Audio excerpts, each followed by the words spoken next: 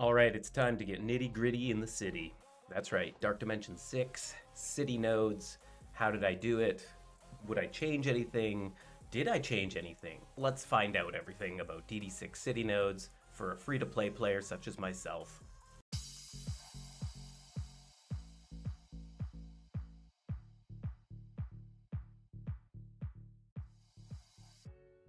All right, so there's a couple of things to note in the city nodes of DD6. One, the city nodes, as you can see, my team here for city nodes is much smaller than any of my other teams.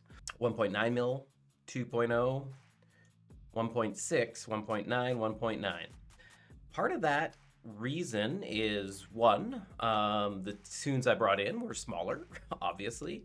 But two, you can actually get away with that because the nodes themselves are easier. DD6 made their city nodes easier than the rest of the nodes. Their health pools, everything is much smaller than in the rest of the Dark Dimension. Maybe because they know city characters suck, I don't know. Maybe they were just inflating the stats for other areas like Cosmic or Global because you're using, Kestrel and Vol and those big names. In Global, you're using Apocalypse. So they had to inflate the numbers because you have such hard-hitting characters in those nodes. City didn't have that. Or maybe not at the time of creating Dark Dimension 6, but we have it now, and it's no secret. Bobby, Ghost Rider Robbie, Bobby, Bo Batty here is the king of the ring. This is a must. You have to bring in Robbie. His turn meter and his damage stats are out of control. He is the one you need to take into this game for Dark Dimension 6 city nodes. Just do it. First and foremost for Robbie, okay? After that, I think you can play a little bit around with who else you're bringing, but he is the mainstay. He is the number one pick. Now, this is the team I brought in. It wasn't the original team I was going to bring in. We'll go through why I changed that and if I regret it. Hardlight I brought in just because, Secret Defenders are kind of meta. They're kind of falling off right now in Arena, which I think they'll slightly fall off throughout other game modes as well, but they're still very good and newer players will benefit greatly from them. So Hardlight was a very good choice. She pairs well with Robbie, gives him the defense up, some healing and things like that. Not to mention, just to get your target just on her is fine. She doesn't do a lot of damage or anything like that, but she is pretty tough. She can take a couple of hits. Craven was always a pick I was going to bring in, just because I was later into Dark Dimension 6. Craven is a newer tune. His stats are going to be good, and he does a lot of good things, ability blocks and things like that. So any characters that cause bleeds on their attacks, you want to bring in to this mode, pretty much this city section, because Robbie will benefit. And the more often Robbie goes, the further you're going to get into these nodes. Vulture is also very good. Anytime people die, he gets speed bar. Also, he has AoE, turn rewind on his ult. His cooldowns are quite small. He does good work. His basic does amplified damage with characters with debuffs on them. And so when you're stacking bleeds and bleeds and bleeds with Robbie, he takes advantage of those bleeds as well. So he's a great character. So now my fifth, I was not going to be bringing Spider-Man 2099. I was actually going to bring Lizard in, another Sinister Six character, just so that Vulture would give Drain to all three of the characters. It boosts Vulture a little bit, and it boosts everyone, Sinister Six on the team. The problem is, as a free-to-play player, my Lizard was only 3 stars, 2 to 3 stars, and I was like, wow, that's a low. But because city nodes are, not inflated like the rest of the DD6 nodes, I thought, okay, maybe I can still get away with Lizard. But lo and behold, I actually didn't have the gear for Lizard. Got into city nodes sooner than I thought I would, and I didn't have the resources to actually build Lizard up. So I swapped in a different character. I balanced it out with the rest of my plans that I could bring in Spider-Man 2099 and it wouldn't affect the rest of my characters going into DD6.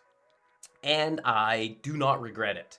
Spider-Man 2099 is fast. He flips buffs, which is great. More bleeds on the field for Ghost Rider. Has an ability block.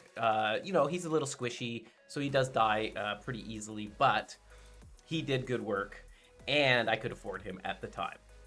That being said, I then saw Zero. Shout out to Zero, who plays MSF as well. Just started streaming recently.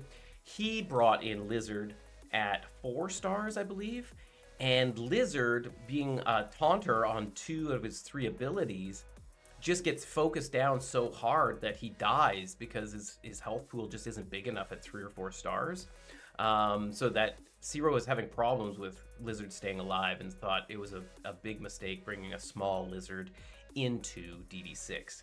If you have a large 6, 7 star Lizard, I don't think you'll have that problem. Lizard does do great work. His abilities are amazing. And again, he pairs up well with the other 2 here, making it a trifecta of sorts. So if you have a large Lizard, I'd say 6 or 7 stars, bring him in. If you don't, if you're only at a 2 or 3 star Lizard, I would not recommend it. You can easily swap in somebody else like Spider-Man 2099, or let's see who else we have here in City. That is affordable. I think this is a great pick right here. She does bleed damage as well, Firestar. So we'll assist great with Robbie and get him moving. So Firestar, good pick. Alternate pick from Sinister Six Lizard, a little bit cheaper. 2099, good pick as well. I've heard Big Time Spider-Man is quite well, but Tech Gear might be troublesome because there are a lot of good tech characters that have just been released recently.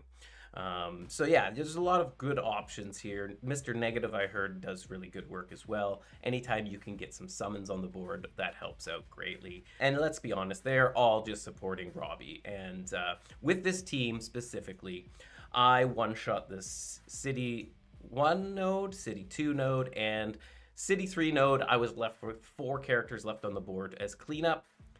Just RNG, the last node is very tricky. And so, you just you lose it. But at that point, 4 characters, poof, wait 1 more day, you get through it. So almost one-shot all 3 nodes. And not the hardest thing I've ever done.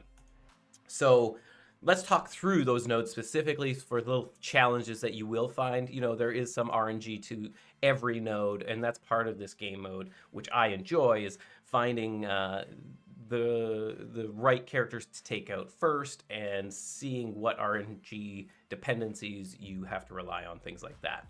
The first node is actually not too bad. You kind of want to focus down Rescue and Brawn here because they can clear the negative effects, and we don't want to clear those bleeds. Clearing those bleeds means Robbie runs out of speed and things can get out of hand quite quickly. So yeah, once you kind of get on top of those characters, the rest of this node isn't very difficult. Control some people who could maybe stun you, things like that. The only other thing you really have to watch out for is these Hulks. There's like 3 or 4 Hulks that spawn in right off the start. You can slow them down and keep them at bay a little bit, but if they pop off, they can do a lot of damage, and if they tunnel down one character, it's easy to lose control of the match. Aside from that, cleared through that, no problem. Onto the second node here. And second node, similar. She-Hulk is the big problem here because she throws negative effects back at your characters. So she's the one that makes things very difficult because right out of the gate, you have She-Hulk, you've got Invisible Woman, Mr. Fantastic on the board, and I think maybe Human Torch comes in second wave. So you've got all of these Fantastic Four, which builds up She-Hulk's charges anytime you hit her or one of the Fantastic Four characters. So she can throw back all those negative bleed effects onto you very quickly. Now, I found it was easier to actually let her throw those negative effects back on you. It's going to happen, but if you can plan it for when you want it to happen, that's your best bet. And so I would do it when Robbie has his special up. You can use your special on whoever, giving She-Hulk her 5th charge. She will throw back because it gives Robbie offense up and gives him immunity when he uses his special.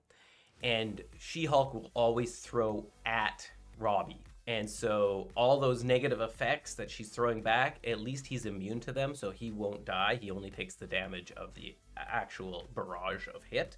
And aside from that, all those negative effects just dissipate. So that's the best method I found to kind of counter that She-Hulk. It takes some timing, and you want to make sure you're hitting other characters to you don't set off her charges too early. But you can get through it, and you can finally whittle her down. It takes some time, but you can do it. Once she's clear off the board, it gets much easier. You just have to control, the blinders and things like that, and like the Falcons who will speed their team up, things like that. But aside from that, the rest of this node wasn't very difficult once you get through that She-Hulk. All right. Third node is the hardest node, maybe the most RNG factor, I'm not sure. But let's look at the characters here. You can quickly hone in on the troubles. Nemesis does a lot of damage to your team right out the gate if you can't control him. You have to watch for Psylocke throwing, again, the negatives back at you, so you have to control that. Aside from that, the bigger problems are obviously the Icarus and SuS that come into play. You have to control them. You have to make sure they don't just delete your team.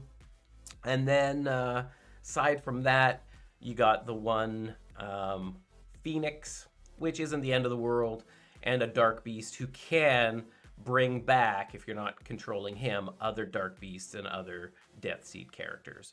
So those are kind of the trouble spots there. It's a tricky one to know, but once you kind of get through the Icarus, focus him once he's on the board, focus him to death, and make sure you control the rest on the board, and you will be fine. You can get through it.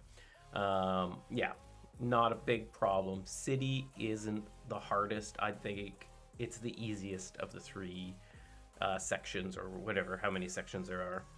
Up until this point, it's the easiest as long as you bring in Robbie and a decent team to accompany him. So that's it for City.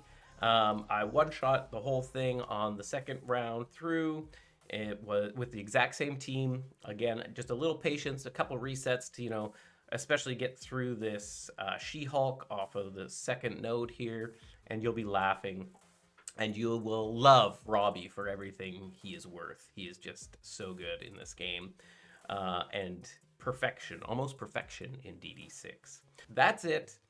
That's Dark Dimension 6 City nodes. Next up, we're going to go through the legendary nodes.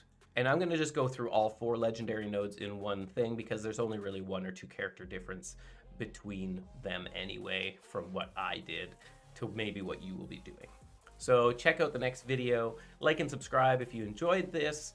If you want to see other content like this, let me know. Also, if you brought in other characters that were surprisingly great in City, comment below, let me know, and I can bring that forth in future videos. Perfect. I'm Cleaning Agent. We will catch you next time. Keep it clean, and have a good day.